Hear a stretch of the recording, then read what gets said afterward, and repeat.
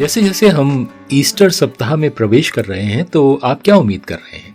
आप किस बात का इंतजार कर रहे हैं? शायद एक लंबा सप्ताहांत, थोड़ा काम से ब्रेक, अच्छा खाना। बस ईस्टर पर आपकी क्या उम्मीदें हैं?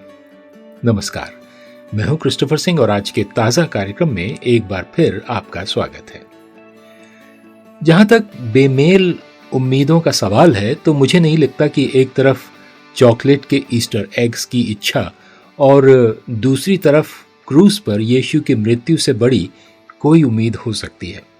दोनों में कोई अंतर नहीं हो सकता। क्या आप सहमत हैं? तो अगर कुछ है तो आप क्या उम्मीद कर रहे हैं? यीशु के दिनों में इजरायलियों की भी उम्मीदें बेमतलब थीं।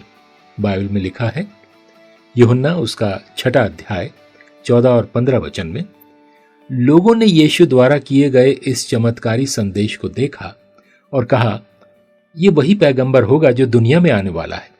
यीशु जानता था कि लोग उसे लेने और उसे अपना राजा बनाने में की योजना बना रहे हैं, इसलिए वो वहां से चला गया और अकेले पहाड़ियों में चला गया।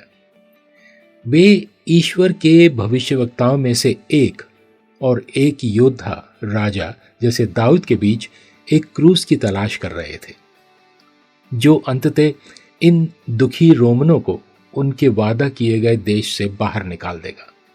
वे यीशु को अपनी शर्तों पर राजा बनाना चाहते थे। वो राजा बनने के लिए आया था, लेकिन हम में से प्रत्येक के जीवन का राजा, किसी राष्ट्र का राजा नहीं। वो बचाने के लिए आया था, लेकिन हम में से प्रत्येक को हमारे पापों से बचाने के लिए, किसी राष्ट्र को बचाने के लिए नहीं। अक्सर हम उसे केवल अपनी शर्तों पर प्राप्त करना चाहते हैं, अपनी सांसारिक समस्याओं को ठीक करना चाहते हैं, अपनी दयनीय बाधाओं को दूर करना चाहते हैं। लेकिन अधिकांश भाग में यही कारण नहीं है कि यीशु आया।